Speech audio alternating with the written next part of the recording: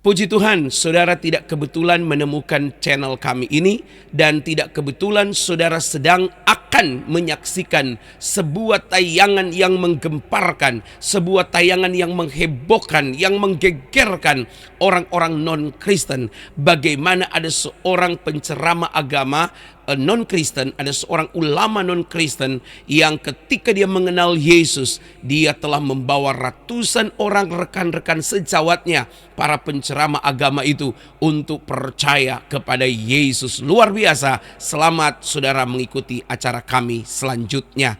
Haleluya. Saya pelayanan ke masjid-masjid, saudara. Saya pelayanan ke pondok-pondok pesantren. Puji Tuhan, udah banyak ratusan ustadz yang saya baptis, saudara. Tepuk tangan buat Tuhan Yesus, saudara. Saya pelayanan ke gerakan bawah tanah. Ada beberapa ustadz yang saya baptis, ada beberapa ustadz yang saya layani. Sampai sekarang ustadz itu masih aktivitasnya sebagai guru ngaji, tapi hatinya tiap minggu dia ke gereja. Haleluya, amin. Haleluya, puji Tuhan. Saudaraku, kalau Tuhan bekerja, tak ada satu manusia pun yang dapat menghalanginya. Ada begitu banyak orang yang berusaha untuk menghalangi Yesus pada waktu dia memberitakan Injil. Ada banyak tanda-tanda dan mujizat-mujizat yang diadakannya. Dan begitu banyak orang juga yang ingin menghalangi apa yang dilakukan oleh Yesus untuk membuktikan bahwa dirinya berasal dari Allah. Namun orang-orang yang berencana untuk menghalangi pekerjaan Allah itu, semua mereka tidak ada satupun yang mampu. Saudara percaya atau tidak percaya, apa yang disaksikan oleh seorang mantan petinggi atau seorang mantan pendakwa, penceramah agama ini, ketika dia bertobat, dia percaya kepada Yesus, dia berkata bahwa ada ratusan orang rekan-rekan sejawatnya pada waktu dia ada di agama lama, di iman lamanya yang dia sudah bawah kepada Yesus Kristus. Mereka sudah percaya kepada Yesus Kristus. Ini tentunya akan menggoncangkan atau menggetarkan begitu banyak orang, kalangan-kalangan orang. Dan tentu saudara-saudara, ini sudah direspon oleh berbagai channel yang non-Kristen. Mereka merespon ini dengan mengatakan, mulai mengeluarkan jurus-jurus jurus-jurus untuk menakut-nakuti. Tetapi percayalah saudara-saudara, apapun yang saudara akan lakukan untuk menghalangi pekerjaan Tuhan, ingat, pekerjaan Tuhan tidak pernah terhalangi oleh apapun. Karena kalau dia sudah berfirman, maka semuanya jadi. Alkitab mengatakan dia berfirman dan semuanya jadi. Dia bersabda dan semuanya terlaksana. Jadi kalau Tuhan sudah bekerja, kalau Tuhan sudah turun tangan, itulah luar biasanya hidup dalam kekristenan. Kalau kita angkat tangan, Tuhan akan turun tangan. Jadi kalau masih apologet Kristen yang turun tangan, berbahagialah mereka yang non-Kristen. Sebab sampai apologet Kristen angkat tangan, maka Tuhan sendiri akan turun tangan dan akan mempermalukan atau akan ratakan semua halangan-halangan yang menghalangi kebenaran dan pemberitaan firman Allah. Haleluya, puji Tuhan. Bagaimana kabar saudara hari ini? Kami berdoa saudara selalu dalam keadaan yang sehat dan diberkati oleh Tuhan. Terima kasih saudara terus mendukung pelayanan di channel kami. Kami berdoa biarlah kiranya saudara membagi-bagikan tayangan kami kepada sekalian banyak orang, supaya mereka juga diberkati oleh Tuhan. Dan kali ini saya harap saudara membagikannya, agar supaya begitu banyak orang akan melihat pekerjaan Tuhan yang telah bekerja di negara kita, di bangsa kita, memenangkan begitu banyak orang untuk datang diselamatkan bagi kemuliaan Tuhan. Saudaraku, dengan cara saudara membagikan tayangan ini kepada sekalian banyak orang, maka saudara telah turut bersama-sama dengan kami mengambil bagian dalam pelayanan pemberitaan Injil, sebagaimana termaktub dalam pesan-pesan Tuhan atau dalam amanat agung. Pergilah, beritakanlah Injil ke segala makhluk, dan siapa yang percaya, bertobat, dibaptis, mereka itu sudah pasti diselamatkan. Mereka tidak akan lagi berdoa, tunjukkanlah kami jalan keselamatan, tetapi mereka akan menemukan jalan keselamatan itu sendiri, karena jalan keselamatan itu akan mendatangi mereka. Jalan keselamatan itu akan menghampiri mereka, dan mereka akan berjalan di dalam terang-terangnya Allah. Saudaraku yang terkasih dalam Tuhan, itu yang saya dapat bagikan kepada saudara. Kiranya saudara diberkati oleh Tuhan dengan tayangan ini. Saudaraku, mari yang non-Kristen yang melihat tayangan ini, saya berharap saudara dapat melihat apa yang ingin disampaikan, pesan-pesan ilahi, pesan-pesan Tuhan buat saudara, agar supaya juga setidaknya saudara percaya bahwa Tuhan Yesus itu adalah Allah yang hidup. Puji Tuhan, haleluya. Tuhan memberkati kita semua. Masuk lagi yang namanya perguruan tinggi IN. Saya kuliah ngambil Fakultas Dakwah Usuluddin. Tujuan saya hanya satu, supaya saya jadi ustadz. Saya menganggap Islam itu agama yang paling benar, Islam itu agama yang paling sempurna. Nah, pada saat itu tahun 1999 saya ingin mengislamkan beberapa pendeta. Kenapa? Karena kata guru ngaji saya, kalau kamu bisa ngislamin orang kafir, maka satu orang 70 pahala, 70 bidadari. Bayangin saudara. Nah, kenapa saya cari pendeta? Karena kalau pendetanya masuk Islam, satu jemaat berapa bidadari saya punya? Kalau jemaatnya 30 berapa bidadari? Satu orang 70 pahala, 70 bidadari. 70 kali 30 berapa bidadari saya punya? Banyak kan? Itu tujuan saya, ingin mengislamkan beberapa pendeta. Tahun 1999. Tidak berhasil saya ngislamin pendeta, apa yang saya lakukan? Pembakaran gereja. Nanti saya sholat di tempat sholat, Allahu Akbar, as-salatu khairum minan naum. Lebih baik sholat daripada tidur. Betul. Ketika saya mau sholat subuh, ayat ini selalu terngiang-ngiang telinga saya, atau terngiang-ngiang ya, selalu teringat terus oleh saya. Mau sholat, saya teringat ayat itu tentang mimpi yang saya alami. Jadi imam terus teringat terus, sampai saya bertanya kepada paman saya, seorang kiai. Saya tanya, Abah,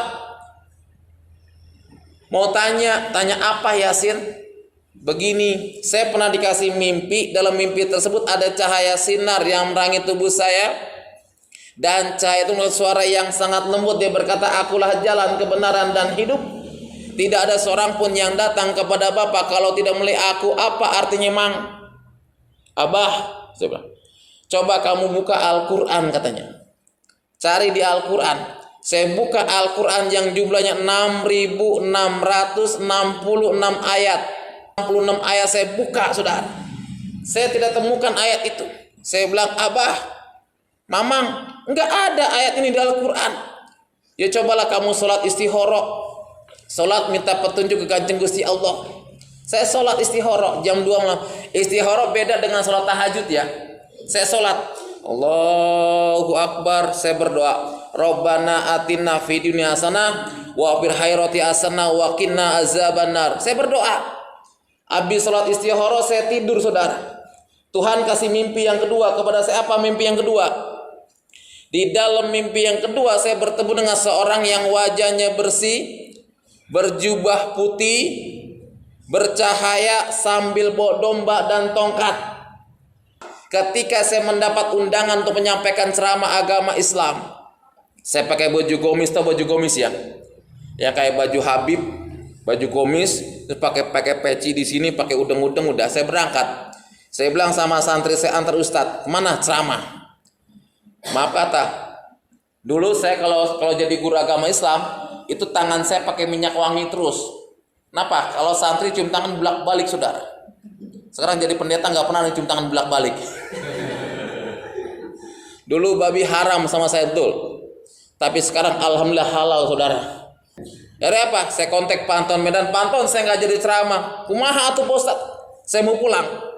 Dalam perjalanan saya berpikir, ya Allah, apa iya yang ada dalam mimpi saya Tuhannya orang Kristen? Amin amin, saya jadi Kristen, saya bilang. Saya nggak ada niat tujuan saya jadi Kristen. Saya bilang amit-amit, tujuan saya hanya satu, mengislamkan pendeta, mengislamkan anak-anak Tuhan. Itu tujuan saya. Saya pulang sampai rumah, saya sholat, ya Allah, jangan kau jadikan saya orang Nasrani, amit-amit Nasrani masuk neraka. Tapi 1 bulan kemudian saudara, habis sholat subuh, ada kerinduan ke gereja. Kan bingung saudara. Apa syarat baca Al-Quran? Yang pertama syaratnya Islam. Kalau saya Kristen pak, ya udah sekarang ucapkan 2 kalimat syahadat. Langsung asyhadu alla Isa Rasulullah. Loh, kok Isa? Ya kan saya anak Nabi Isa pak. Sebab kalau saya bilang Muhammad Rasulullah, saat itu apa yang terjadi? Diislamkan kembali saya, betul kan?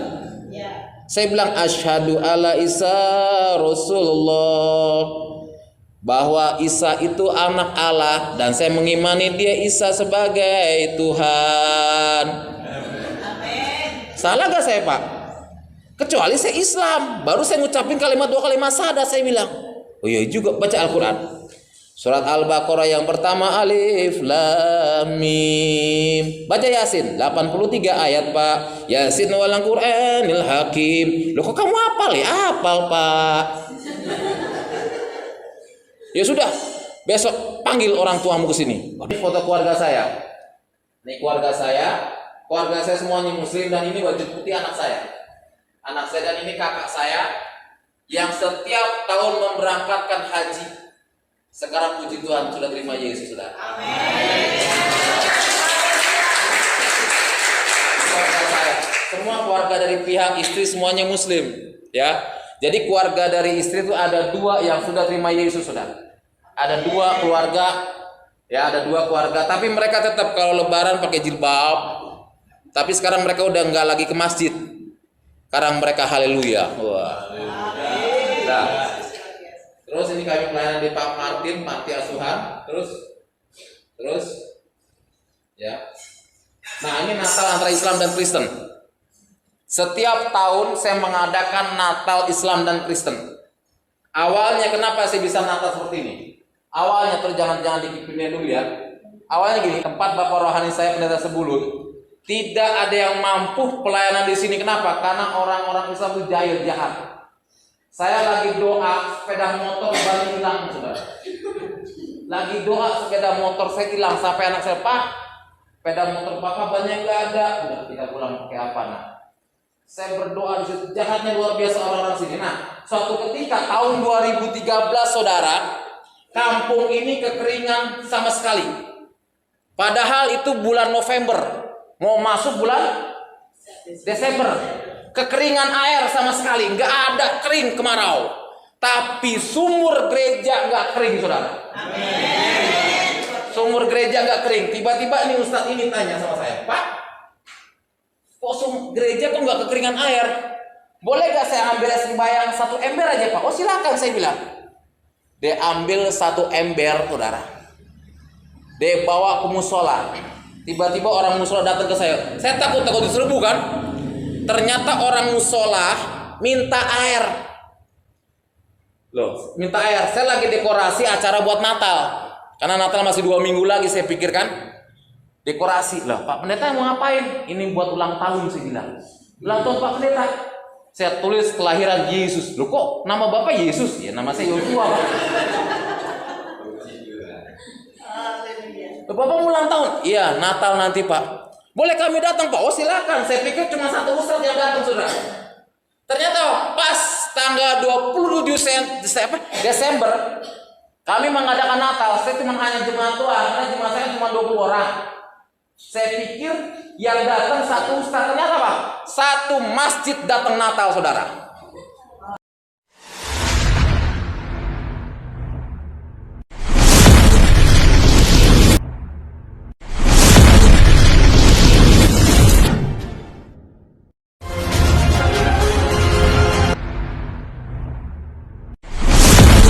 Ya, sederajat dengan SD. Saudaraku yang dikasih dalam Tuhan, 6 tahun saya di sekolah di madrasah ibtidaiyah. Kalau nggak pakai speaker kedengeran nggak? Jadi nggak usah pakai mic aja ya. Kita pakai hikmat, betul kan? Saya matiin aja mic-nya ya. Ya. Saudaraku yang dikasih dalam Tuhan, dari ibtidaiyah saya lanjut lagi sekolah sanawiyah berapa tahun? Sanawiyah 3 tahun, masuk lagi aliyah, masuk lagi yang namanya perguruan tinggi IN. Saya kuliah ngambil fakultas dakwah Usuluddin. Tujuan saya hanya satu, supaya saya jadi ustadz, walaupun pada saat itu saya baru ustadz kampung, saudara. Nah, ketika saya belajar mengaji, ya, ada perkumpulan mahasiswa. Nah, di situ saya belajar Al-Qur'an dengan ada satu ayat Al-Qur'an mengatakan inna dinna indallahi Islam. Tahu artinya? Tanya Pak Gembala ya. Inna dinna, sesungguhnya agama yang paling sempurna di sisi Allah yaitu agama Islam. Saya menganggap Islam itu agama yang paling benar, Islam itu agama yang paling sempurna. Nah, pada saat itu tahun 1999 saya ingin mengislamkan beberapa pendeta. Kenapa? Karena kata guru ngaji saya, kalau kamu bisa ngislamin orang kafir, maka 1 orang 70 pahala, 70 bidadari. Bayangin saudara. Nah, kenapa saya cari pendeta? Karena kalau pendetanya masuk Islam, 1 jemaat berapa bidadari saya punya? Kalau jemaatnya 30 berapa bidadari? 1 orang 70 pahala, 70 bidadari. 70 kali 30 berapa bidadari saya punya? Banyak kan? Itu tujuan saya, ingin mengislamkan beberapa pendeta. Tahun 1999. Tidak berhasil saya ngislamin pendeta, apa yang saya lakukan? Pembakaran gereja. Yang saya bakar gereja GPDI lagi. Dan sekarang jadi hamba Tuhan GPDI. Alhamdulillah. Ya. Yang pertama saya bakar gereja GPDI Pak Edi Tekano, gembalanya. Itu dulu bangunan gereja beliau nggak seperti ini. Bangunannya dari bambu, dari jembatan kayu, itu saya yang bakar. Saya bakar. Kenapa saya bakar? Karena saya ingin mengislamkan beliau, nggak bisa. Ada beberapa gereja yang saya bakar. Gereja GPIB Kampung Lio Depok, gereja yang ada di Bojonggede. Bojonggede pun GPDI, saudara. Jadi 2 gereja GPDI saya bakar, dan sekarang jadi hamba Tuhan GPDI, saudara. Dahsyat doa orang GPDI, haleluya, amin. Saudaraku yang dikasih dalam Tuhan, saya katakan saya nggak ada niat tujuan saya jadi pendeta. Kenapa? Karena bagi saya pendeta itu masuk neraka, orang Kristen itu masuk neraka. Tapi karena panggilan Tuhan, firman Tuhan mengatakan apa? Bukan kamu yang memilih aku, tetapi aku yang memilih. La haula wala quwata illa billah. Saudaraku yang dikasih dalam Tuhan, saya bertobat bukan ada pendeta yang datang, bukan. Bukan ada penginjil yang datang, bukan. Bukan ada anak Tuhan yang menginjil saya, bukan. Tapi karena kasih karunia Tuhan, saya bertobat karena mimpi yang saya alami, saudara. Apa mimpi yang saya alami? Saya habis sholat Isya, biasa jam 7 malam ya. Habis sholat Isya, saya tidur. Dan ketika saya tidur, Tuhan kasih mimpi kepada saya. Apa mimpinya? Di dalam mimpi tersebut ada cahaya sinar yang menerangi tubuh saya. Dan cahaya itu dengan suara yang sangat lembut. Dia berkata, akulah jalan, kebenaran, dan hidup. Tidak ada seorang pun yang datang kepada Bapa kalau tidak melalui aku. Saya terbangun dalam tidur saya. Ketika saya terbangun, badan saya penuh dengan keringat. Langsung saya masuk kamar mandi, saya sholat. Di tempat sholat, Allahu Akbar. Habis sholat, saya tidur lagi pas jam 4 mau sholat subuh. Biasanya kalau saya bangun pagi itu jam 4. Makanya kita jangan kalah sama mereka, saudara. Mereka pagi-pagi udah saat teduh, betul kan? As-salatu khairum minan naum. Lebih baik sholat daripada tidur, betul. Kalau kita enggak kan, baik tidur daripada saat teduh, betul gak? Tapi sini mah enggak ada ya. Maksudnya enggak ada yang ngaku ya. Saudaraku yang dikasih dalam Tuhan, ketika saya mau sholat subuh, ayat ini selalu terngiang-ngiang telinga saya, atau terngiang-ngiang ya, selalu teringat terus oleh saya. Mau sholat, saya teringat ayat itu tentang mimpi yang saya alami. Jadi imam terus teringat terus, sampai saya bertanya kepada paman saya seorang kiai, saya tanya, Abah, mau tanya apa Yasin? Begini, saya pernah dikasih mimpi, dalam mimpi tersebut ada cahaya sinar yang menerangi tubuh saya, dan cahaya itu menurut suara yang sangat lembut, dia berkata, akulah jalan kebenaran dan hidup. Tidak ada seorang pun yang datang kepada Bapak kalau tidak melihat aku. Apa artinya mang? Abah, saya bilang, coba kamu buka Al-Quran katanya. Cari di Al-Quran. Saya buka Al-Quran yang jumlahnya 6.666 ayat. Angka apa ini? Kita bahas betul. 6.666 ayat saya buka, saudara. Saya tidak temukan ayat itu. Saya bilang, Abah, Mamang, enggak ada ayat ini di Al-Quran. Ya cobalah kamu sholat istihoro, sholat minta petunjuk ke Kanjeng Gusti Allah. Saya sholat istihoro jam 2 malam. Istihoro beda dengan sholat tahajud ya. Saya sholat, Allahu Akbar, saya berdoa, Rabbana atina fid dunya hasanah wa fil akhirati hasanah wa qina azabannar. Saya berdoa. Habis sholat istihoro saya tidur, saudara. Tuhan kasih mimpi yang kedua kepada saya. Apa mimpi yang kedua?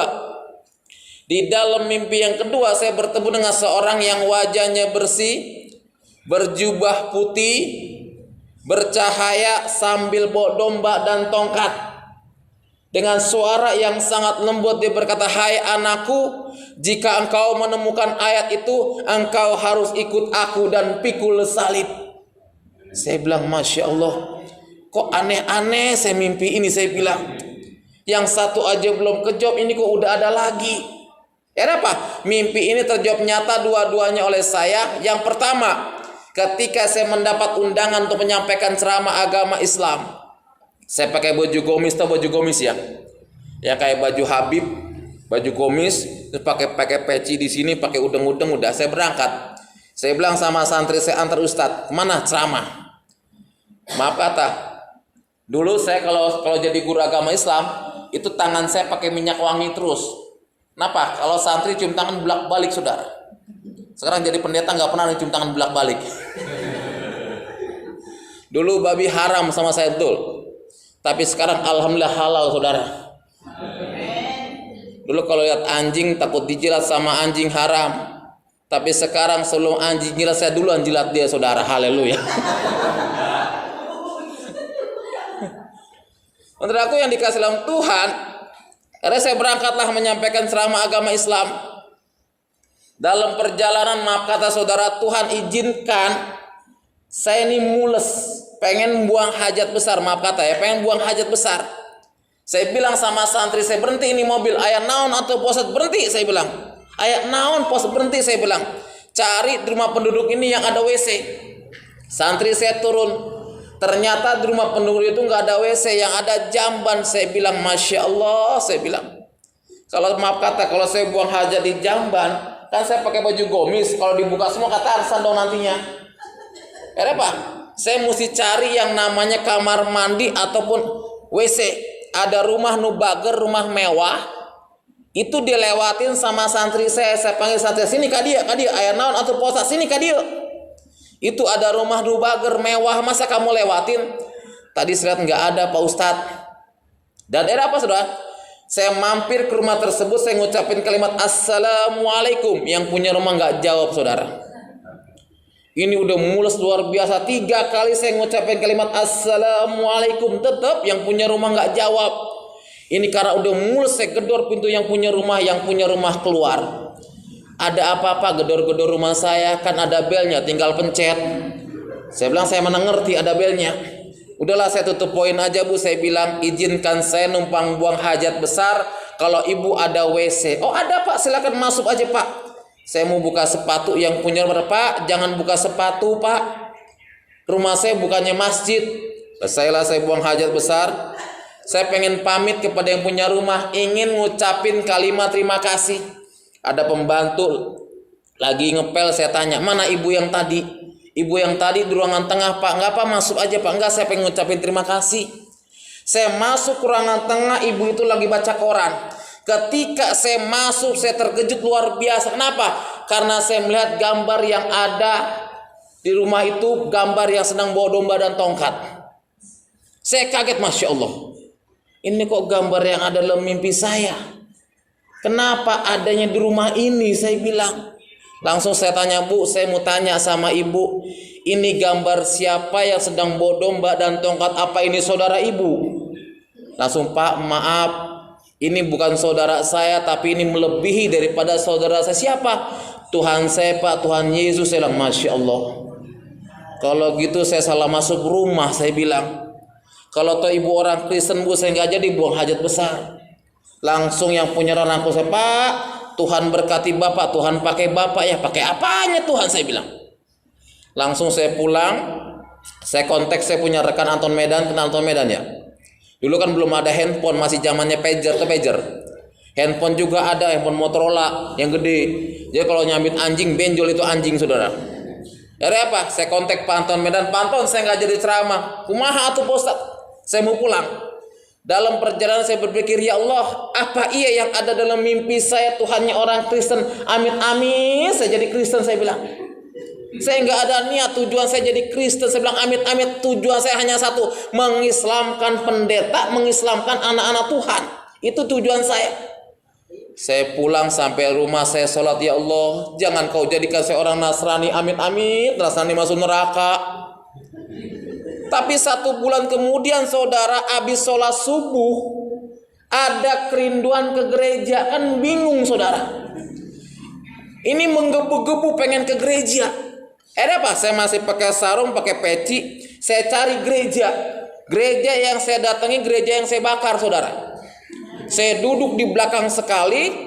Ketika saya duduk di belakang, itu ada lagu yang menyentuh hati saya. Roh Kudus hadir di sini, mengalir di bait suci. Saya merinding, saudara. Ketika saya merinding, saya keluarin tasbih. Allahu Akbar, Allahu Akbar, Allahu Akbar. Saya pikir gereja banyak setan, saudara. Kenapa merinding saya? Selesai lagu dinyanyikan, pendeta naik ke atas mimbar. Pendeta berkata, mari sama-sama kita buka Alkitab kita bangkit berdiri. Apa yang dibaca? Akulah jalan, kebenaran, dan hidup. Tidak ada seorang pun yang datang kepada Bapa kalau tidak mulai aku. Lah kan saya kaget, Masya Allah. Saya bilang, ini pendeta nggak salah baca Alkitab. Saya bilang, ini kan yang dibaca pendeta ayat yang ada dalam mimpi saya. Kenapa dibaca sama pendeta? Saya bilang, yang selama ini saya cari-cari di Al-Quran, saya bulak-balik Al-Quran, nggak ada. Kenapa ada di sini? Saya bilang, saya mau pulang, gerbang udah dikunci, saudara. Ya terpaksa saya dengerin sampai selesai di khotbah. Saya di khotbah, pendeta berkata, saya mengundang saudara yang pertama kali hadir ke gereja maju ke depan. Waduh. Ya terpaksa ada ibu, ayo Pak, maju Pak, maju Pak. Ya terpaksa saya maju pakai sarung, saudara. Saya maju disuruh berlutut. Anda berlutut, sudah kurang ngajar ini pendeta. Bertahun-tahun Ustadz nggak pernah berlutut, saya bilang. Kenapa? Ketika saya berlutut, saudara, itu pendeta tumpang tangan. Dia undang majelis, ayo para majelis jemaat kita tumpang tangan buat anak Tuhan. Saya ditumpangin tangan, saya ketawa nih, pendeta apa-apaan ini pendeta, saya bilang. Namun ketika ditumpangin tangan, saudara, itu pendeta nyanyi luar biasa yang menyentuh hati saya sehingga membuat saya menangis. Mengalirlah kuasa Roh Kudus, mengalirlah di tempat ini. Makanya saya kalau nyanyi lagu ini pasti keluar air mata. Kenapa? Ini lagu pertama saya bertobat kenal Tuhan. Lagu ini pertama saya bertobat kenal Tuhan, saudara.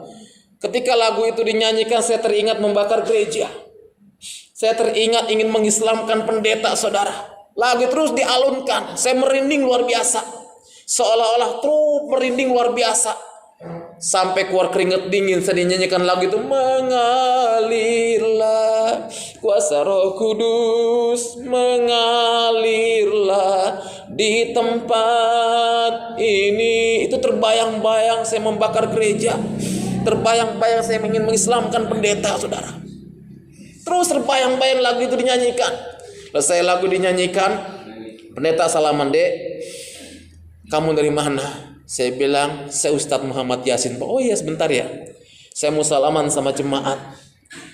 Kamu jangan kemana-mana dulu, saya deg-degan nih, jangan-jangan pendeta tahu saya bakar gerejanya. Udah, langsung saya korin tasbih lagi, Allahu Akbar, subhanallah, subhanallah. Selesai pendeta salaman, pendeta langsung, Dek, terima kasih kau sudah datang ke rumah Tuhan. Mudah-mudahan Tuhan izinkan setiap minggu kamu kemari. Kamu jangan pergi dulu ya, saya ada berkat buat kamu. Saya pikir pendeta baik amat ya, baru ke gereja aja dikasih berkat. Betul, itu gembala, dia bawa kantong plastik, dia bilang, Dek, jangan tersinggung ya, saya punya celana panjang buat kamu. Jadi kalau kamu ke gereja jangan pakai sarung. Kurang ajar nih pendeta. Dipikir Ustadz nggak sanggup kali bercanda panjang. Betul, saya waktu jadi Ustadz, maaf kata, saya pakai celana panjang ngegantung begini, saudara. Betul, dikasih celana panjang. Yang namanya guru agama Islam, pertama kali datang ke gereja, saya cuci kaki saya dengan tanah 7 kali, sabun 7 kali, langsung saya doa tobat nasuha. Artinya apa? Tobat tidak akan diulangi lagi. Setelah, ya Allah, saya nggak mau lagi ke gereja. Amit-amit gereja punya orang kafir, saya bilang. Apa yang terjadi? Selama 1 bulan penuh saya terus kerinduan ke gereja. Ada pepatah mengatakan, walaupun bangkai disembunyikan di mana, pasti baunya akan kecium juga. Akhirnya saya ketahuan oleh keluarga saya, oleh santri saya ke gereja. Pulang dari gereja saya disidang. Yasin, sini kamu. Dari mana kamu? Dari gereja, Paman. Ngapain kamu ke gereja? Paman, ketika saya tanya tentang akulah jalan kebenaran dan hidup, tidak ada seorang pun yang datang kepada Bapak kalau tidak mulai aku. Paman bilang suruh cari di Al-Quran. Saya buka Al-Quran yang jumlahnya 6.666 ayat, terdiri daripada 30 juz 114 surah. Saya nggak temukan ayat itu, Paman. Tapi ketika hati saya tergerak ke gereja, ayat itu ada di Alkitab Injil, Paman. Terus mau apa? Saya memutuskan untuk jadi orang Kristen, saya bilang. Loh, kamu nggak salah ngomong ya sih? Enggak. Tepok, masuk kamu kamar mandi. Saya dimasuki kamar mandi 1 hari, saudara. Lampu dimatikan, kamar mandi dikunci. 1 hari dari pulang gereja jam 9 pagi sampai pagi lagi nggak dikasih makan, saudara. Lapar, cuman minum air bak mandi. Bayangin. Apa? Dikeluarin di hari kedua, suruh ngucapin kalimat 2 kalimat syahadat. Yasin, ucapkan kalimat 2 kalimat syahadat, karena kamu sudah kafir, katanya. Ketika saya disuruh ngucapin kalimat 2 kalimat syahadat, tidak bisa. Lidah ini terasa berat, yang keluar hanya kalimat haleluya. Apa itu, katanya? Langsung tampar, dan diseret keluar. Dicambuk oleh keluarga saya. Ini bekas cambukannya. Ini dia, saudara.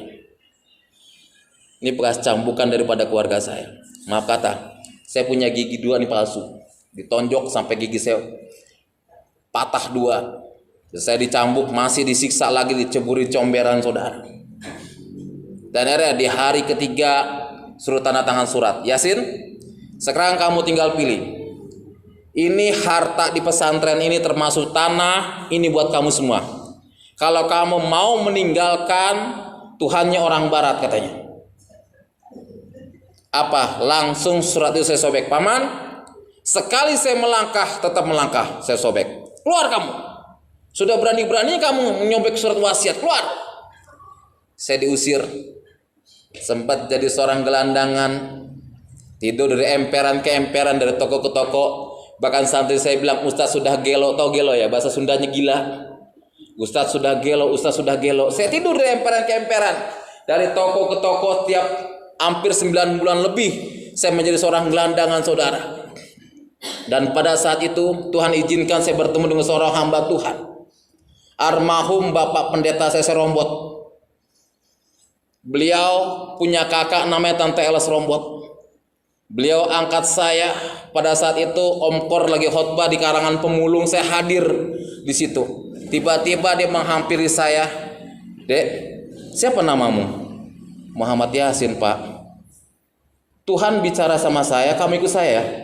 Saya bingung, Tuhan bicara sama Bapak, kapan Tuhan ketemunya, saya bilang. Saya kan nggak ngerti, kamu ikut saya sebentar ya. Udah, saya ikut dia pakai mobil, saya deg-degan nih, jangan-jangan orang dia jahat sama saya lagi nih. Era apa? Saya diem di gereja Rawamangun, saudara, GPD Rawamangun.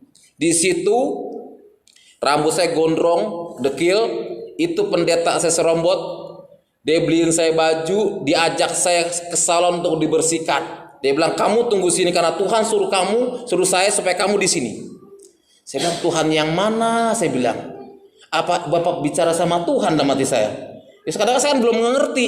Udah, saya dipertemukan lagi dengan kakaknya, yaitu Tante El Serombot yang sekarang masih ada. Dia lagi sakit, bantu dalam doa, saudara. Ada apa? Udahlah, saya dibaptis oleh beliau. Dia jelasin masalah baptisan gini-gini, dan saya jelaskan, saya bekas guru agama Islam. Saya bilang, Pak, saya diusir oleh keluarga, ada KTP. Saya boro-boro KTP, Pak. Saya bilang, foto aja kagak ada, saya bilang. Karena saya nggak bodoh itu. Udah, akhirnya apa? Saya dikirimlah sekolah Alkitab di Palembang, saudara. Ketika saya dikirim sekolah Alkitab Palembang, itu pun nggak diantar, saudara. Cuman diantar sampai Merak. Saya bingung naik mobil apa ke Palembang karena belum pernah kemana-mana. Dia bilang, kamu percaya sama Tuhan, nanti Tuhan akan pertemukan kamu dengan seseorang. Dia cuma bilang begitu. Akhirnya apa? Ketika saya naik, di sebelah saya ada bapak-bapak. Bapak-bapak itu tanya, mau kemana, Dek? Saya bilang, saya mau ke sekolah Alkitab. Ternyata itu pendeta, Pak Yakub Roro, yang ada di Lampung, ya sudah almarhum. Ini saya ngajar di sini, biar nanti ada saya antar ke sana ya.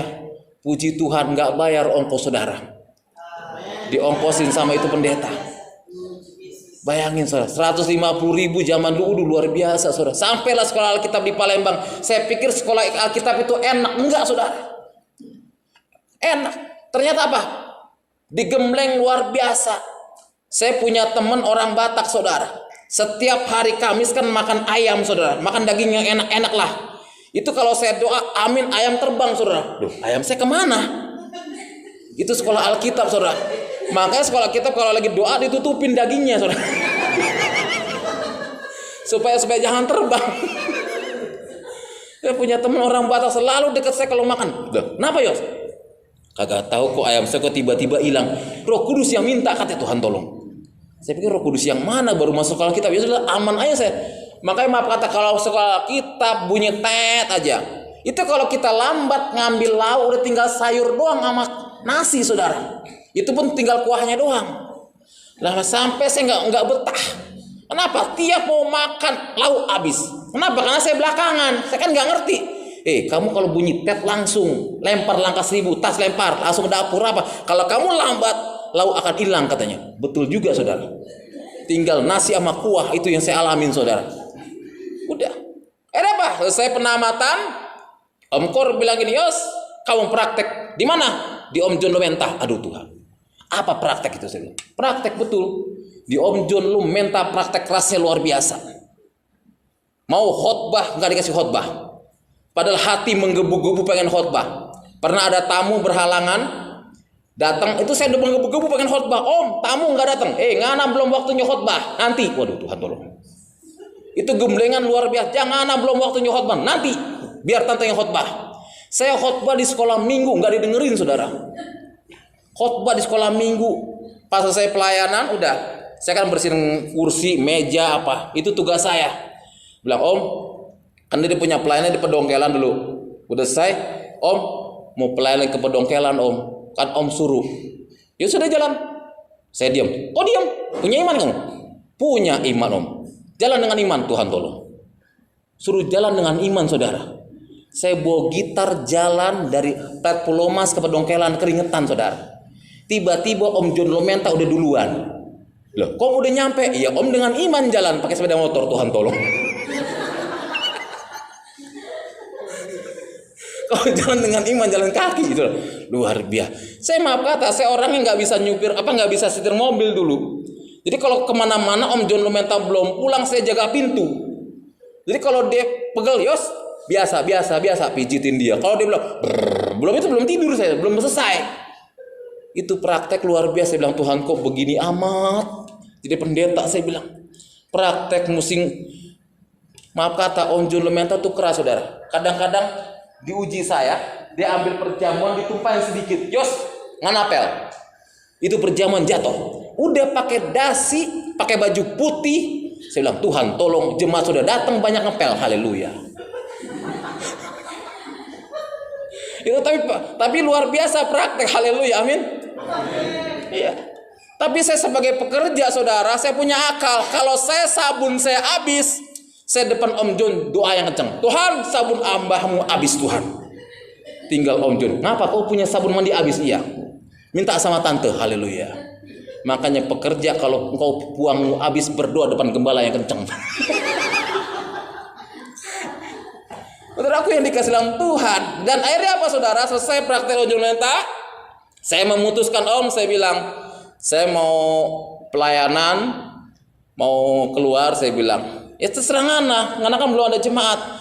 Ya, dengan iman Om sudah ajarkan saya banyak belajar di tempat ini. Om bilang saya belajar dengan iman. Saya percaya Om, Tuhan akan kirim jemaat buat. Mau kemana kamu? Setelah kaki melangkah Om. Kalau kamu belum ada jemaat, datang lagi ke Om ya. Saya doa di Taman Getsemani, minta jodoh, saudara. Tuhan, berikan hamba-Mu tulang rusuk. Tuhan kasih. Dipertemukan dengan seorang penyanyi qosidahan. Bayangin, saudara. Istri saya punya mertua Makata Muslim, yang laki sudah meninggal, yang perempuan. Jadi kalau malam Jumat itu tidak boleh ada aktivitas. Kenapa? Karena di rumah pengajian. Kalau hari Minggu dipakai kebaktian. Haleluya, amin. Coba tolong tampilkan foto-foto saya. Saya pelayanan ke masjid-masjid, saudara. Saya pelayanan ke pondok-pondok pesantren. Puji Tuhan, udah banyak ratusan ustadz yang saya baptis, saudara. Tepuk tangan buat Tuhan Yesus, saudara. Kalau bisa ditampilkan saya punya foto, bisa ya? Saya pelayanan ke gerakan bawah tanah. Saya gabung di KP4, saudara, melalui tim Ibsama. Ibsama ini filenya Yosua, ada ya? Ada beberapa ustadz yang saya baptis, ada beberapa ustadz yang saya layani. Sampai sekarang ustadz itu masih aktivitasnya sebagai guru ngaji, tapi hatinya tiap minggu dia ke gereja. Haleluya, amin. Ya, saudaraku yang dikasih dalam Tuhan. Dan ini apa, saudara? Tuhan izinkan tahun 2007 saya menikah dengan anak seorang ustadz. Tantangan saya pun besar. Waktu saya menikah dengan anak seorang ustadz, dia tanya, apa kerjaanmu apa? Saya bilang saya peltu. Wow, dia bangga, dia pikir polisi.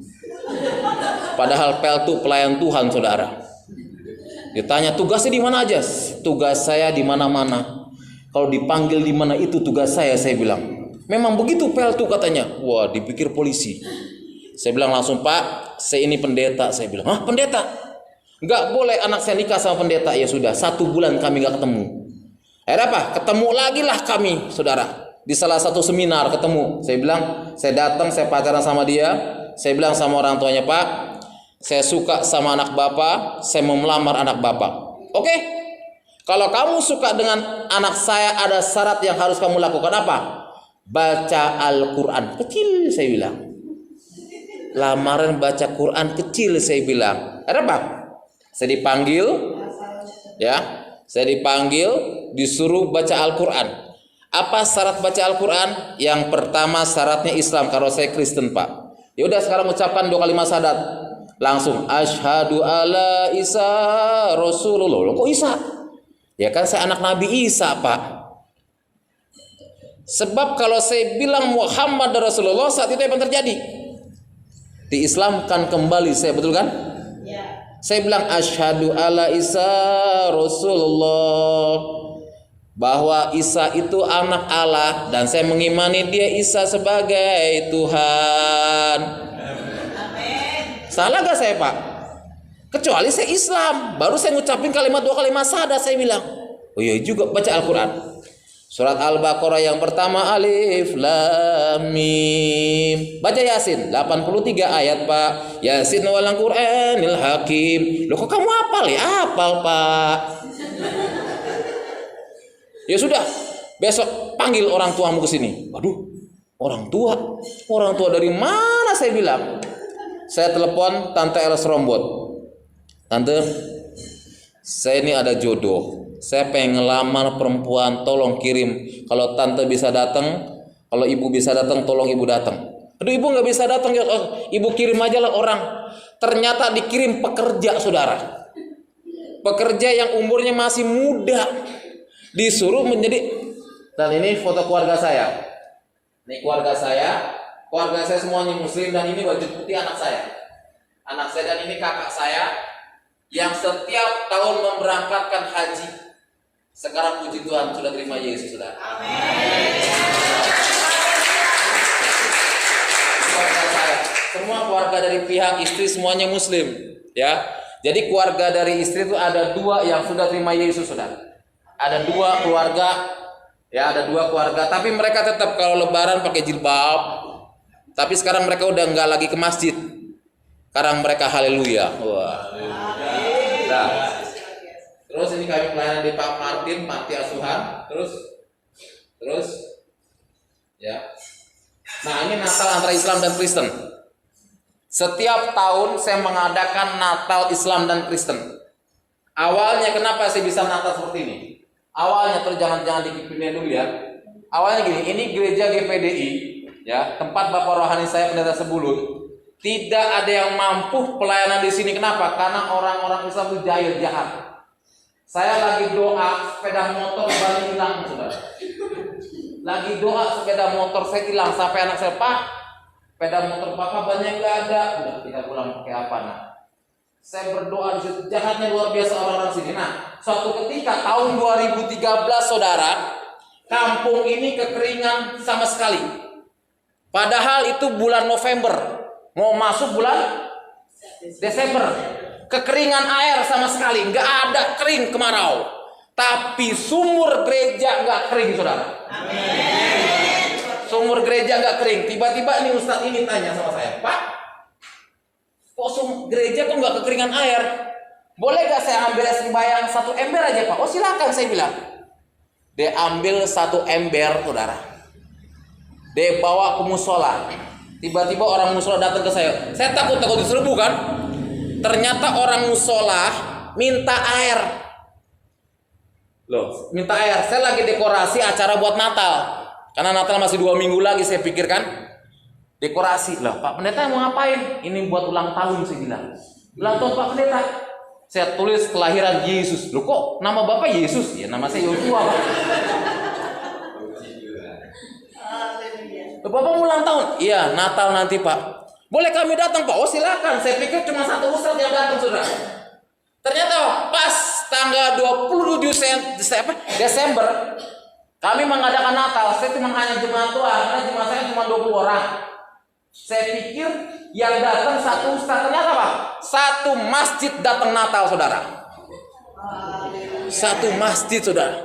Ikut Natal, diumumin bahwa besok di gereja GPDI Pak Yosua ada Natal. Ayo kita 1 masjid Natal gara-gara air sumur gereja nggak kering. Kenapa? Karena air sumur gereja dialirkan ke masjid dan musola. Makanya tiap tahun kami Natal terus. Dan ini ustaz-ustaz, tiap tahun kami bagikan bingkisan. Tiap tahun, kadang-kadang sejadah, kadang-kadang jam dinding, kadang-kadang sarung, kadang-kadang peci. Tiap tahun kami kasih kenangan. Ini semua ustaz-ustaz, tokoh agama. Dan ini yang paling benci nih, yang nyabut ban motor saya. Dia ngaku, Pak Pendeta, saya pernah ambil ban motor sepeda Bapak. Waduh, saya bilang, jual di mana Pak? Saya bilang.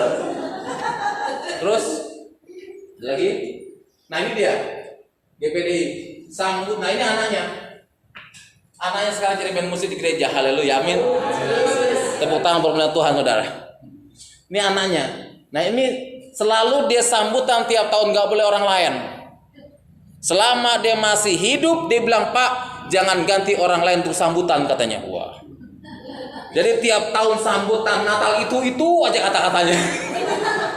Sampai apal jemaat. Kenapa? Karena nggak boleh ganti sambutan, mesti dia terus. Kata-katanya itu damai sejahtera. Kita harus damai. Kata-kata itu terus. Nah inilah anggota FPI yang sekarang sudah jadi anak Tuhan. Haleluya, amin. Amin. Dia terima Yesus dan sekarang puji Tuhan dia lagi sekolah Alkitab, saudara. Amin. Di Om Panjaitan terus. Dan ini dia saya pelayanan ke Papua. Papua pada saat itu banyak orang-orang Kristen masuk Islam. Saya masuk ke kantong-kantong itu, puji Tuhan. Sekarang sudah kembali lagi Papua yang dari Kristen masuk Islam. Saya kesana, puji Tuhan, banyak orang-orang Islam yang kami selamatkan kembali ke Kristen, saudara. Terus, nah ini dia ustadz. Ini Pak Ali Sunarko, gitu sudah meninggal. Saya kalau pelayanan ke pondok nggak pakai jas. Kalau saya pelayanan ke pesantren nggak pakai jas, pakai peci. Sebab kalau saya pelayanan pakai jas, pakai dasi, ditolak sama mereka. Terus, ya.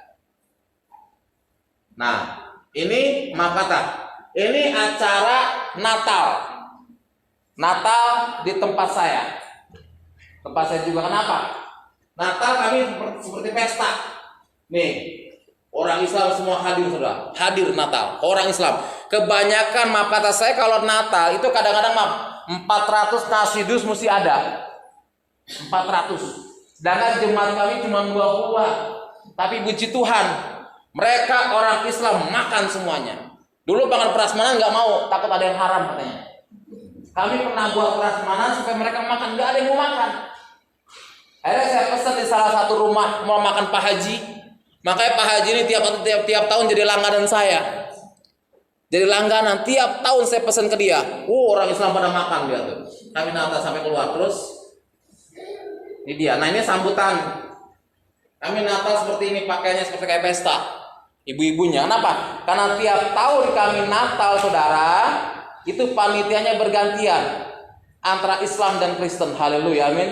Amin. Ya. Kami gabung, Islam jadi panitia, Natal Kristen pun jadi panitia. Terus, ya. Nah, ini kami bisa di masjid.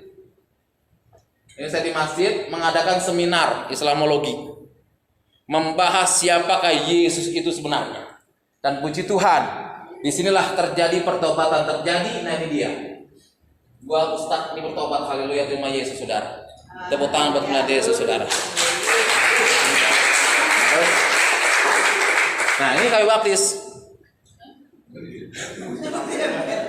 Ini saya baptis. Kenapa, saudaraku yang kasih Tuhan? Dia nggak mau kata. Saya kalau baptis orang itu nggak pernah kelihatan di tempat umum. Kenapa? Nanti jadi bahaya buat mereka kan? Saya cari tempat inisiatif. Di bak mandi juga boleh. Saya baptis ini dia di bak mandi. Yang penting apa? Baptis selam, betul kan? Kenapa? Kalau saya baptis di kolom bak di luar, nanti ketahuan. Kenapa? Karena gerakan bawah tanah.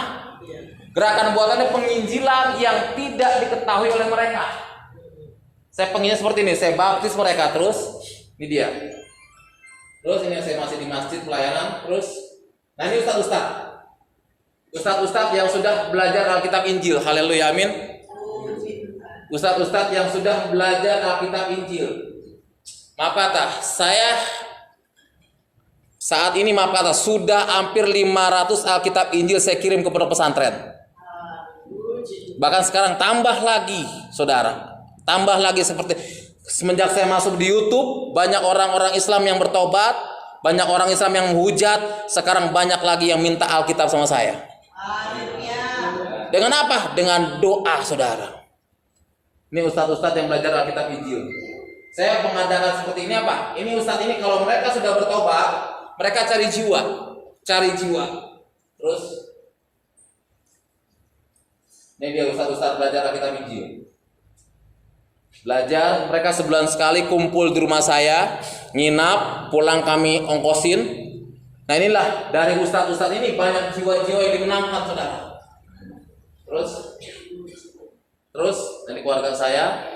Nah ini saya baptis juga orang Muslim. Terus udah habis ya. Nah ini seminar di masjid, saudara ya. Ini pendeta, maaf kata, ini salah satu pendeta gereja Betel. Ya, dia takut ikut saya sampai mau kabur, saudara. Saya bilang jangan takut ikut saya. Kalau ikut saya berani mati, saya bilang. Tapi puji Tuhan saya nggak pernah mati di masjid. Haleluya. Terus, nah ini dia kumpulan setiap bulan saya selalu ada kumpulan para ustadz. Ini dia, amin, penginjilan ke pondok. Terus ada lagi. Ini dia ustadz yang tadi, ya. Natal tahun Nabi dari Natal sampai keluar, Paskah pun begitu. Paskah juga ada Islam Kristen. Jadi pernah kita mengadakan Natal Paskah, saudara. Saya bilang sama anak sekolah minggu, Natal nanti kita buat rebus telur. Ternyata Pak, ada ustadz Natal buat telur soang, saudara. Dia buat telur soang, ada 20 biji telur soang direbus sama dia. Ya anak sekolah minggu seneng, telur gede-gede banget kok. Terus sudah ya. Nah saudara, nah ini dia, ini Pak Pendeta Marlin ya sudah juga bertobat dari apa Arab, orang Arab yang kenal Tuhan sekarang puji Tuhan sudah bertobat jadi anak Tuhan. Terus lagi, dah saudaraku yang dikasih dalam Tuhan, mari sama-sama kita akan membuka Alkitab kita. Khotbah saya sampai jam 5 ya. Kita akan membuka Alkitab kita akan membahas tentang keselamatan ditinjau segi Al-Quran dan Alkitab. Kita bangga bahwa kita memilih Yesus sebagai Tuhan Juru Selamat kita pribadi. Jadi alangkah indahnya kalau dalam pribadi kita Yesus sudah menyelamatkan pribadi kita. Jangan pernah tinggalkan Tuhan Yesus. Amin. Amin. Jangan pernah tinggalkan Yesus. Pertahankan Yesus kita, pertahankan iman kita sampai inna lillahi wa inna ilaihi rajiun. Kita bahas Alkitab Yohanes 14 ayat 6. Kita baca bersama-sama 1, 2, 3. Kata Yesus kepadanya, akulah jalan, kebenaran, dan hidup. Tidak ada seorang pun yang datang kepada Bapa kalau tidak melalui aku. Kenapa Alkitab berani mengatakan akulah jalan, kebenaran, dan hidup? Tidak ada seorang pun yang datang kepada Bapa kalau tidak melalui aku. Amin. Karena pribadi dia Tuhan. Kalau dia bukan Tuhan, dia nggak mungkin mengatakan akulah jalan, kebenaran, dan hidup. Keselamatan hanya ada di dalam Yesus. 43 Al-Azruf ayat 61. Saudara boleh catat 43 Al-Azruf ayat 61 dalam Al-Quran. Itu dengan tegas dikatakan 43 Al-Azruf ayat 61 dengan tegas dikatakan, dan sesungguhnya Isa itu benar-benar memberikan pengetahuan tentang hari kiamat. Karena itu janganlah kamu ragu-ragu tentang kiamat itu, dan ikutilah aku, inilah jalan yang lurus. Yang menjadi pertanyaan, kenapa harus Nabi Isa yang memberikan pengetahuan tentang hari kiamat? Sedangkan ada Nabi Nuh, ada Nabi Adam. Kenapa harus Isa? Dan ada Nabi Muhammad. Kenapa harus Isa yang memberikan pengetahuan tentang hari kiamat? 19 Maryam ayat 19 dikatakan bahwa Isa adalah suci. Makanya dia dijuluki sang juru selamat Raja Damai. Haleluya, amin. Ini sudah jelas mengatakan Al-Quran 43 Al-Azruf 61, dan sesungguhnya Isa itu benar-benar memberikan pengetahuan tentang hari kiamat. Karena itu janganlah kamu ragu-ragu tentang kiamat itu, dan ikutilah aku, inilah jalan yang lurus. Mr. M aja nggak bisa menyelamatkan, saudara.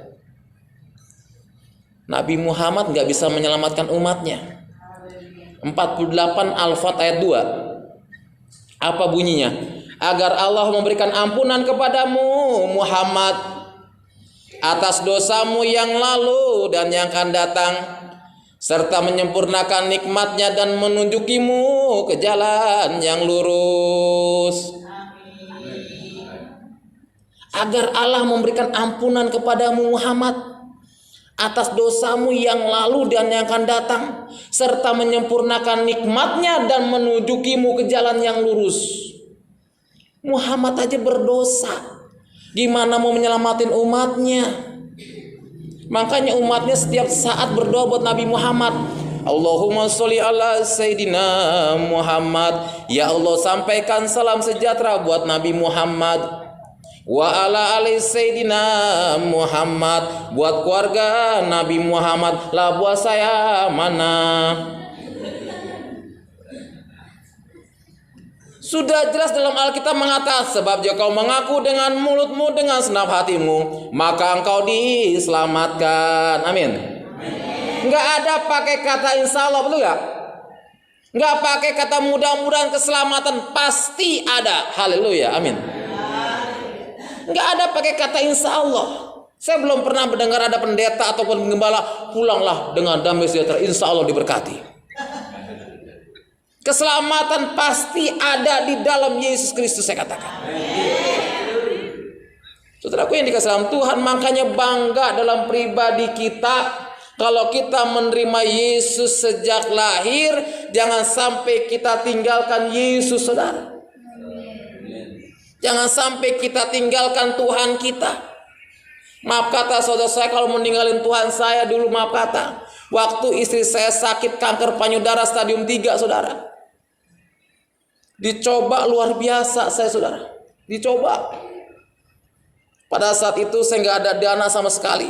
Dokter bilang, Pak, ini sudah telat, besok harus dioperasi, siapkan dana 75 juta untuk biaya operasi di Elizabeth Semarang. Saya cuma bisa menangis. Saya bilang sama mertua saya yang muslim, Pak, aku butuh dana 75 juta, bisa gak ngadain? Oh bisa. Nih, dikasih surat sepotong. Saya baca, uang ini sebagai jaminan kamu tinggalkan Tuhanmu. Tuhan tolong.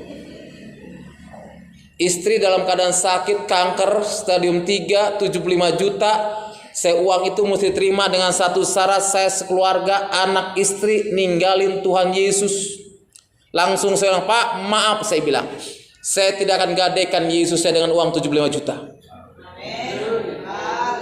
Langsung saya ke rumah sakit kembali. Saya bilang, Mah, kalau memang Tuhan berkati kita, saya bilang, kenapa Pak? Uang itu sudah ada di tangan. Dengan satu syarat, kita bertiga, aku, kamu, dan anak meninggalkan Tuhan.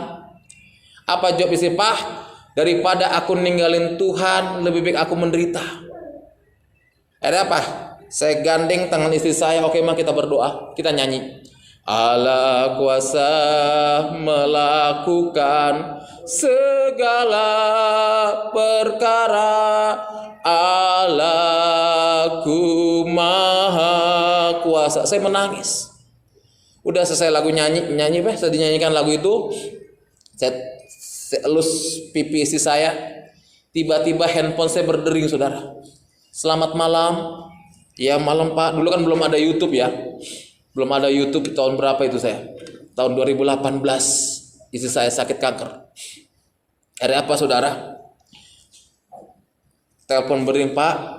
Perkenalkan Pak, saya anak Tuhan. Ini gak sebutin namanya, saya anak Tuhan. Saya terbeban ingin memberkati Bapak. Izinkan saya minta nomor rekening Bapak. Saya kasih. Saya pikir orang pasti kasih 1 juta ataupun 2 juta, udah selesai. Saya dikasih, Pak, sebentar 10 menit lagi saya telepon Bapak. Pak, diteleponlah sama dia, Pak, itu sudah masuk Pak, itu buat Bapak. Mudah-mudahan bermanfaat buat Bapak ya. Langsung anak saya bilang, Pak, coba dicek aja Pak ke ATM. Udah, saya cek ke ATM saudara. Saya pikir 800.000, ternyata 80 juta saudara. Bayangin. Coba kalau saat itu saya ambil uang mertua saya 75 juta, saya gadaikan Yesus saya, apa yang terjadi? Mungkin sampai saat ini nggak terjadi mujizat, saudara. Sekarang istri saya sehat, bisa melayani Tuhan, saudara. Bayangin. Sampai sekarang orang yang kasih uang itu sampai sekarang nomor handphonenya nggak bisa dihubungin, saudara.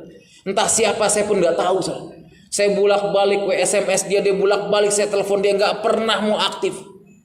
Saya bilang Tuhan, istri saya bilang Pak, mungkin malaikat Tuhan nolong kita. Bayangin saudara, saya diuji iman saya seperti itu.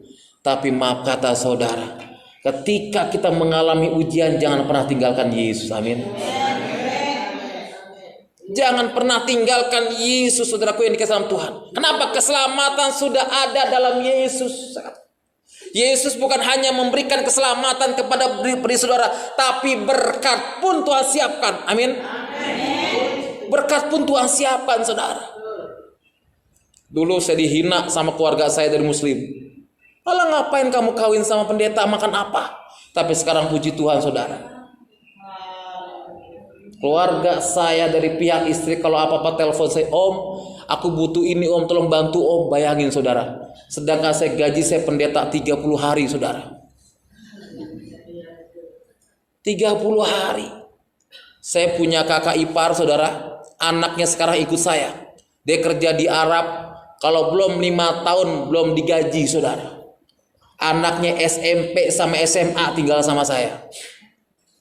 Gak sama sekali gak pernah kirim uang. Tapi puji Tuhan, cukup aja kami, saudara. Kenapa? Karena penyertaan Tuhan dahsyat.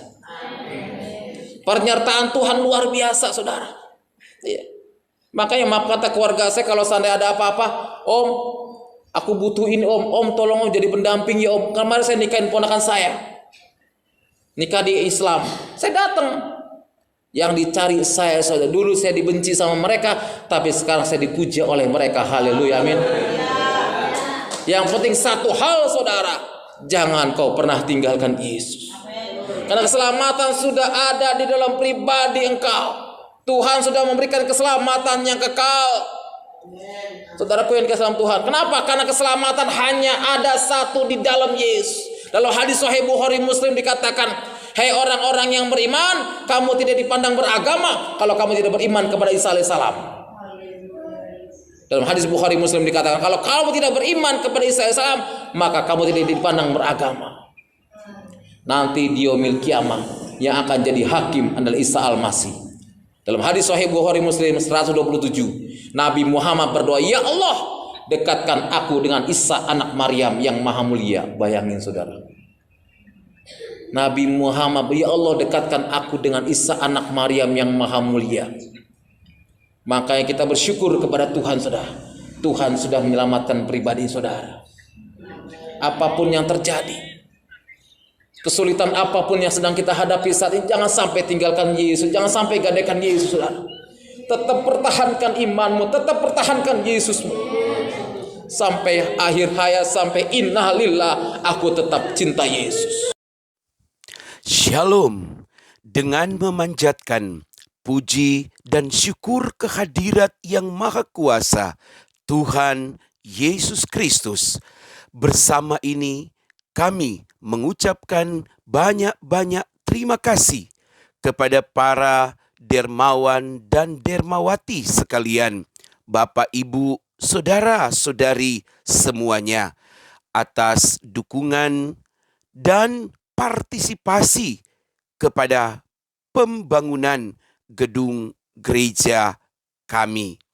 Bapak, Ibu, saudara-saudari yang terkasih di dalam Tuhan Yesus Kristus, setiap sumbangan dari Bapak, Ibu, saudara-saudari yang telah dikirimkan di nomor rekening kami yang tertera di layar ini, sebagian ini adalah laporan pertanggungjawaban kami kepada saudara-saudari, Bapak, Ibu, para donatur sekalian yang telah mengirimkan dana kepada kami.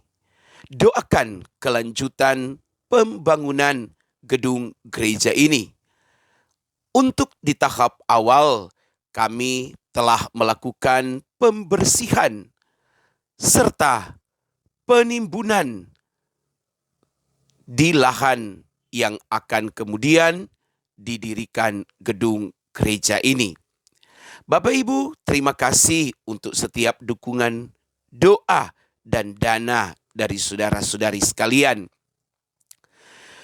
Apabila Bapak, Ibu, saudara-saudari, para dermawan dan dermawati ingin membantu pembangunan gedung gereja kami, Bapak, Ibu, saudara-saudari, para dermawan dan dermawati dapat mengirimkan bantuannya di nomor rekening yang tertera di layar ini. Saudara-saudari yang terkasih di dalam Tuhan, kami akan sangat bersyukur untuk setiap bantuan yang diberikan kepada kami. Perlu saudara ketahui bahwa pembangunan gedung gereja ini adalah untuk menggantikan gedung gereja lama yang terkena abrasi. Beberapa tahun lalu, gereja kami terkena bencana banjir, menyebabkan sebagian besar gedungnya runtuh dan terbawa arus sungai. Melihat itu, pemerintah kelurahan setempat kemudian berinisiatif untuk memberikan sebidang tanah yang dimiliki oleh pemerintah kelurahan, dihibahkan kepada gereja, dan kemudian untuk membangun gedung gereja baru menggantikan gedung gereja lama yang akibat abrasi itu menyebabkan seluruh atau sebagian besar dinding-dindingnya retak dan tulang-tulang atau tiang-tiangnya kemudian juga retak, diikuti dengan retaknya lantai-lantai sehingga telah bergelombang. Karena itu, saudara-saudara, sangatlah penting bagi kami untuk segera memiliki tempat ibadah yang baru. Namun, untuk kemudian tanah ini yang Bapak Ibu lihat di layar akan dibangun membutuhkan beberapa bulan untuk pengerasan. Sebenarnya tanah ini bisa saja menggunakan alat, tetapi kami lebih memilih untuk menggunakan alam dengan adanya hujan dan dengan dibiarkan beberapa minggu, tanah ini akan secara sendirinya mengeras. Dan setelah itu kami akan mulai meletakkan batu pertama. Di samping itu juga kami menunggu dana yang masuk. Doakanlah pembangunan gereja ini agar supaya gereja ini akan segera terbangun dan dapat dipergunakan untuk pelayanan jemaat, ibadah-ibadah jemaat. Sambil menunggu pembangunan gereja ini untuk siap dipakai, kami masih menggunakan gedung gereja lama. Dan kami percaya Tuhan yang memulai suatu pekerjaan yang baik, kami yakin pasti akan mengerjakannya untuk kami. Untuk itu, atas nama gembala, pelayan-pelayan Tuhan dan seluruh jemaat, mengucapkan banyak-banyak terima kasih kepada para donatur, kepada para dermawan dan dermawati, kepada Bapak, Ibu, Saudara-saudari yang telah mengirimkan dana kepada kami untuk dipakai dalam pembangunan tersebut. Jadi Bapak Ibu, semua dana itu sudah kami pakai untuk pelayanan persiapan. Tuhan Yesus memberkati kita semua. Doa kami menyertai saudara-saudari sekalian di mana saja berada. Jangan lupa untuk selalu mengucap syukur kepada Tuhan Yesus Kristus. Sekali lagi kami mengucapkan puji Tuhan, Tuhan memberkati saudara. Saya percaya saudara sudah bersama-sama dengan kami menyaksikan tayangan tadi. Dan saya yakin saudara pasti akan tergoncang. Itulah firman Allah, itulah kuasa Tuhan yang bekerja. Jangan keraskan hatimu. Pada waktu engkau menyaksikan tayangan ini, engkau tidak menemukan secara acak. Tapi Tuhan sedang menemukan saudara, mempertemukan saudara dengan channel kami untuk saudara diberkati oleh Tuhan. Sampai berjumpa lagi dalam program acara kami selanjutnya. Tuhan Yesus memberkati kita. Haleluya, haleluya. Shalom. Puji Tuhan.